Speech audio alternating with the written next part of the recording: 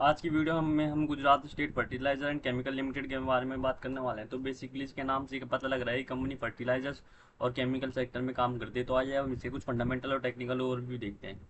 इसके लिए हम आ जाएंगे स्क्रीनर पे। स्क्रीनर पे आने के बाद अपना स्टॉक सर्च कर लेंगे GS80। जब आप स्टॉक सर्च करेंगे तो आपको कुछ ऐसा इंटरफेस होगा। अगर आपको इतने सारे रेशियो शो नहीं हो रहे तो आप यहाँ पे एडिट रेशियो में जाके 1 by 1 सबको ऐड कर सकते हैं। तो आइए हम इसका एक बार बिजनेस ओवरव्यू देख लेते हैं।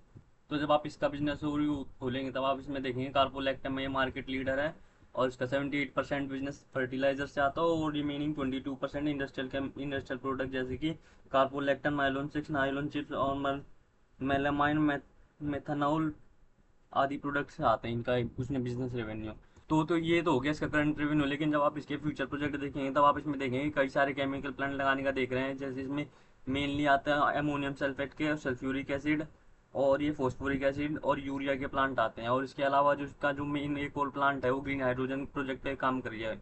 और जैसे कि भारत सरकार चाहती है कि भविष्य में जितना भी एनर्जी का सोर्स है वो मैक्सिमम रिन्यूएबल एनर्जी से आए। तो फिर अगर अगर भविष्य में आपको रिन्यूएबल एनर्जी के सेक्टर में आपको ग्रोथ देखने को मिलती है तो आपको भी वो इसमें भी ग्रोथ देखने को मिलेगी।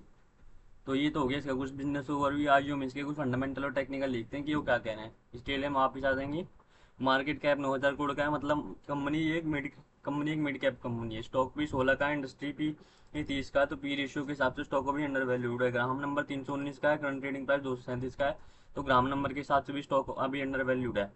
पिट्रोस्की स्कोर 3 का, मतलब पिट्रोस्की स्कोर के हिसाब से लॉन्ग टर्म के लिए फिट नहीं बैठे। डेप्ट टू इक्विटी 0 है, मतलब ये बहुत पॉजिटिव पॉइंट है। कंपनी के ऊपर बिल्कुल लेफ्ट नहीं है। भविष्य में ये केवल अपनी ग्रोथ पे काम कर सकती है।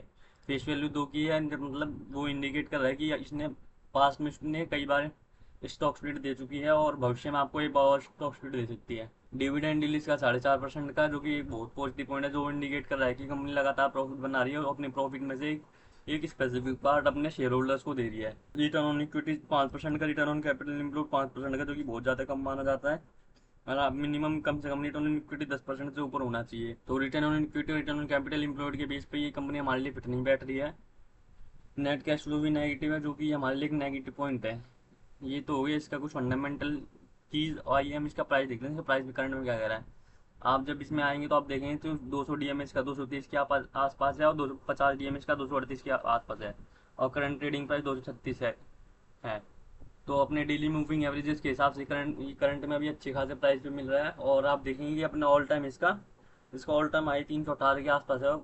तो ऑल टाइम हाई से ये आपको एक अच्छी खासी गिरावट पे मिल रहा है। तो ये तो हो गया इसका प्राइस चार्ट। आइए हम इसका प्रॉफिट एंड लॉस देखते हैं प्रीवियस सेक्टर के, वो क्या कहते हैं। इसलिए प्रॉफिट एंड लॉस के सेक्शन में और आप देखेंगे कि आपको इसकी सेल्स में लगातार ग्रोथ देखने को मिलेगी। 2016 में 6,000 करोड़, फिर 5,500 करोड़, फिर 6,000 करोड़, फिर 8,000 करोड़, फिर दोबारा 8,000 करोड़, फिर 7,500 करोड़, फिर 9,000 करोड़, फिर 11,000 करोड़ और लास्ट फाइनेंशियल ईयर में इसमें थोड़ी सी गिरावट आई है, वापस 9,000 करोड़ पे आया। लेकिन जब आप इसके प्रॉफिट भी देखेंगे तो आपके इसके प्रॉफिट में आपको स्टेबिलिटी नजर आएगी।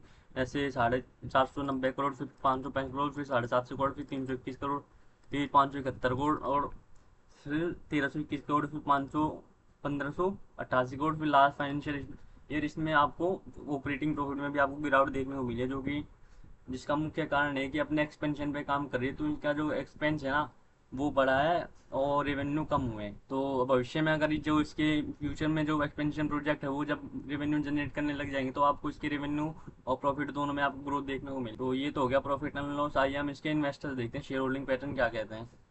37% की इसमें प्रमोटर शेयर होल्डिंग, 13% के एफ आई है, 4% के DIs और 5% की गवर्नमेंट शेयर होल्डिंग है और 38% की पब्लिक शेयर होल्डिंग है। और जैसा कि हमने अपनी वीडियो में पहले ही बात करी है, अगर आपको किसी स्टॉक में 40-50% ज़्यादा प्रमोटर शेयर होल्डिंग देखने को मिल रही है और 15-20% से ज़्यादा इंस्टीट्यूशन शेयर होल्डिंग देखने को मिल रही है तो आप उस स्टॉक में बिना किसी सोच विचार के निवेश करने का दे सकते हैं।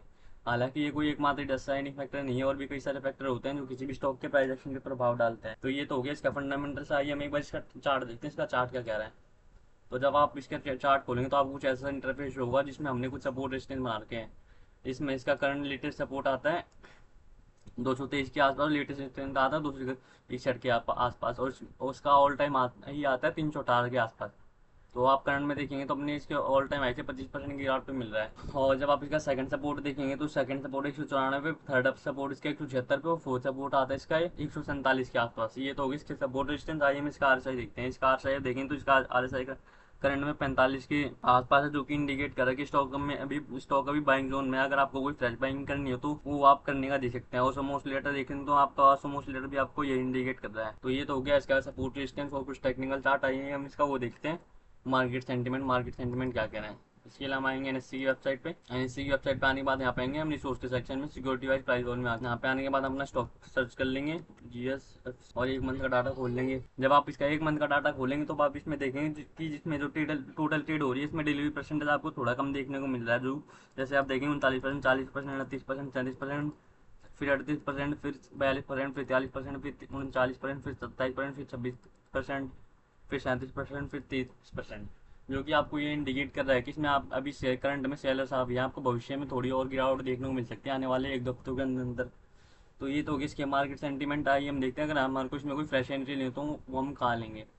इसके हम वापस आ जाते हैं चार्ट में। अगर मेरे को इसमें कोई नई एंट्री लेनी हो तो मैं 3 पार्ट में लेने का देखूँगा 40 और 20 के रेशियो में। तो इसमें मेरी फर्स्ट एंट्री आएगी 223 के आसपास 40% कैपिटल के साथ, जो कि इसके ऑल टाइम आई से 30% की गिरावट पे है। और सेकंड एंट्री आएगी मेरी 194 के आसपास 40% कैपिटल के साथ, जो कि इसके ऑल टाइम हाई से 40% की गिरावट पे है। और थर्ड एंट्री आएगी मेरी 20% कैपिटल के साथ 178 के भाव पे 20% कैपिटल के साथ। और क्योंकि आपको इसमें रिटर्न ऑन कैपिटल थोड़े कम देखने को मिल रहे हैं, तो इस स्टॉक में हमें अपने पोर्टफोलियो से 5-10% से ज़्यादा इन्वेस्ट करने का नहीं देखना चाहिए और बल्क बाइंग से बचना चाहिए। और ये आपको किसी भी प्रकार का फाइनेंशियल एडवाइस नहीं है। यदि आपको किसी भी प्रकार का कोई निवेश करना हो तो उससे पहले आप अपनी रिसर्च जरूर से जरूर करें।